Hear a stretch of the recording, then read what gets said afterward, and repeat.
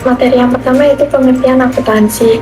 Menurut Paul Grady tahun 2017, akuntansi sebagai pertanggungjawaban kinerja daripada organisasi tertentu sebagai fungsi organisasi secara original, sistematis, dan dapat dipercaya dalam memproses, mengklasifikasi, mencatat, menginterpretasi, serta menganalisis seluruh transaksi dan kejadian yang terjadi dalam kegiatan operasional perusahaan.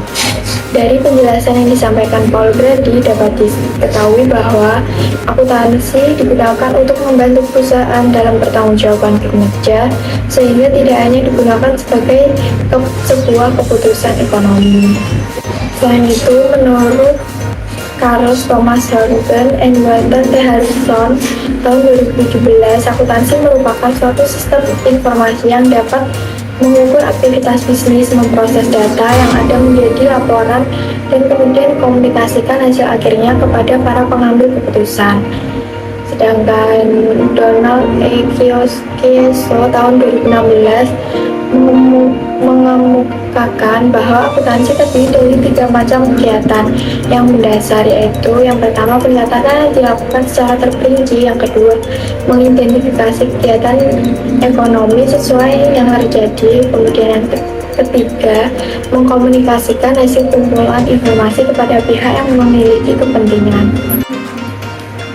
Kemudian ada juga menurut Dwi Martani tahun 2016, akuntansi merupakan sebuah bahasa bisnis yang menghasilkan informasi berguna untuk menjelaskan kondisi keuangan dan kinerja perusahaan dalam tanggal atau periode tertentu. Informasi ini nantinya dapat digunakan sebagai acuan dan prediksi kinerja untuk kedepannya.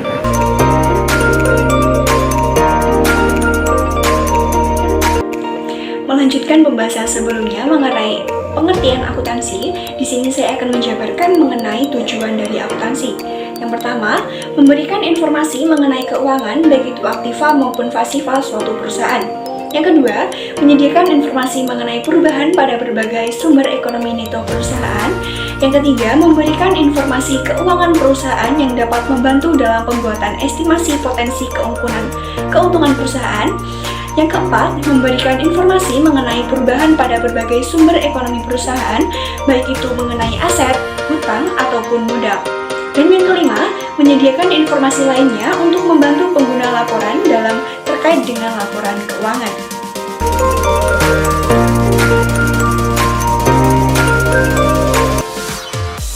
Selain memiliki tujuan, akuntansi juga memiliki manfaat. Di antaranya, yang pertama, akuntansi sebagai sarana informasi keuangan. Yang kedua, akuntansi sebagai bahan evaluasi keuangan. Yang ketiga, akuntansi sebagai alat kontrol keuangan perusahaan. Dan yang keempat, akuntansi sebagai alat untuk mengelola keuangan.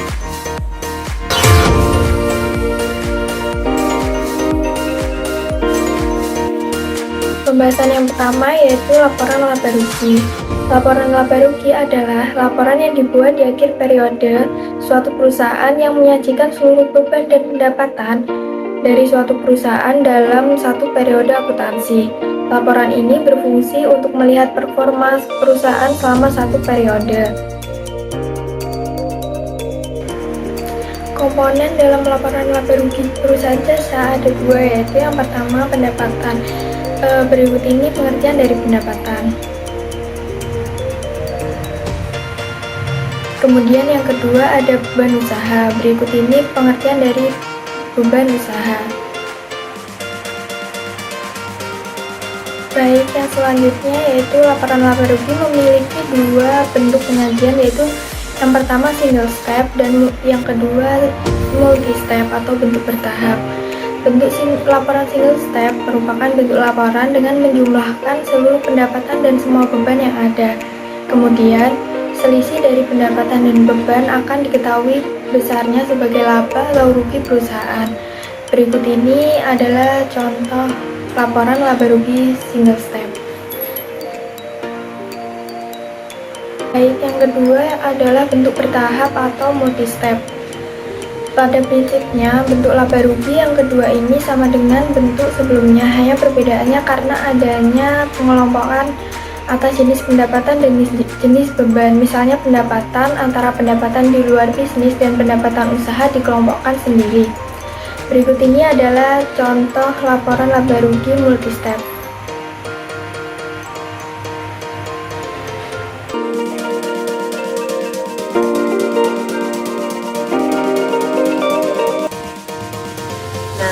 Untuk materi selanjutnya yaitu ada perubahan modal. Perubahan modal merupakan laporan keuangan perusahaan jasa yang melaporkan tentang segala perubahan ekuitas perusahaan selama periode tertentu. Unsur-unsur dalam laporan perubahan modal itu terdiri dari 3. Yang pertama ada jumlah modal awal, lalu ada laba rugi, dan yang terakhir ada prive. Dalam perhitungannya, modal akhir akan bertambah jika perusahaan mengalami laba yang nilainya lebih besar dari prive. Sebaliknya, modal akhir akan berkurang jika nilai laba lebih kecil dibandingkan dengan prive yang dikeluarkan.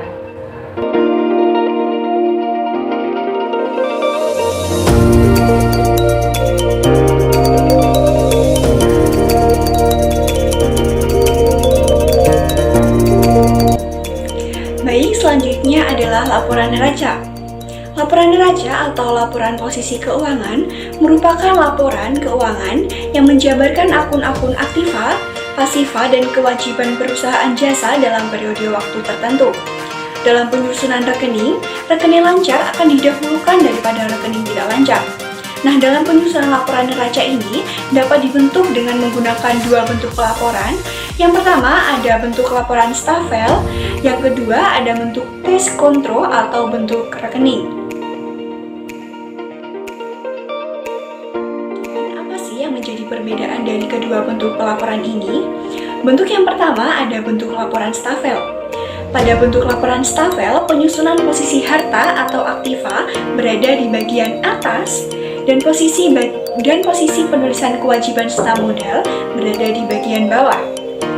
Jadi, dalam neraca bentuk stafel ini sering dikenal sebagai laporan vertikal karena penyusunannya ada di atas dan juga di bawah. Kemudian yang kedua ada laporan bentuk skronto atau bentuk rekening.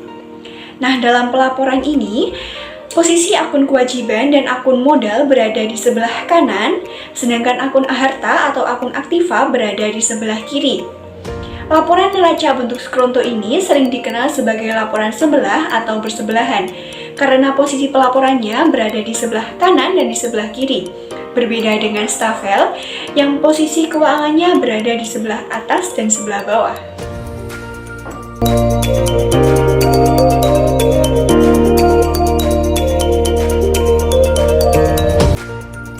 Pada penyusutan laporan keuangan juga terdapat laporan arus kas. Laporan arus kas sendiri merupakan laporan keuangan yang melaporkan tentang transaksi kas masuk dan kas keluar pada periode tertentu di suatu perusahaan. Laporan arus kas bertujuan untuk mengetahui arus transaksi perputaran kas perusahaan yang nantinya dijadikan bukti keluar masuknya kas. Arus kas terbagi menjadi beberapa. Yang pertama yaitu ada arus kas dari aktivitas operasi. Arus kas ini berasal dari transaksi yang mempengaruhi penempatan laba rugi arus kas. Dari arus kas dari aktivitas operasi meliputi penerimaan kas dari penjualan barang atau jasa, pembayaran kepada karyawan, penerimaan kas dan dari royalti dan lainnya. Yang kedua, terdapat arus kas dari aktivitas investasi. Arus kas ini berasal dari proses investasi saham atau modal. Arus kas dari investasi meliputi penerimaan kas, hasil penjualan tanah, perolehan saham dari perusahaan lain, pembayaran kas untuk membeli aktiva tetap, dan sebagainya. Yang terakhir ada arus kas dari aktivitas pendanaan. Arus kas ini berasal dari dana yang diberikan oleh perusahaan lain atau pemasok modal. Arus kas dari aktivitas pendanaan ini meliputi penerimaan kas dari emisi saham, penerimaan kas dari emisi obligasi, pelunasan peminjaman, dan pembayaran kas oleh penyewa.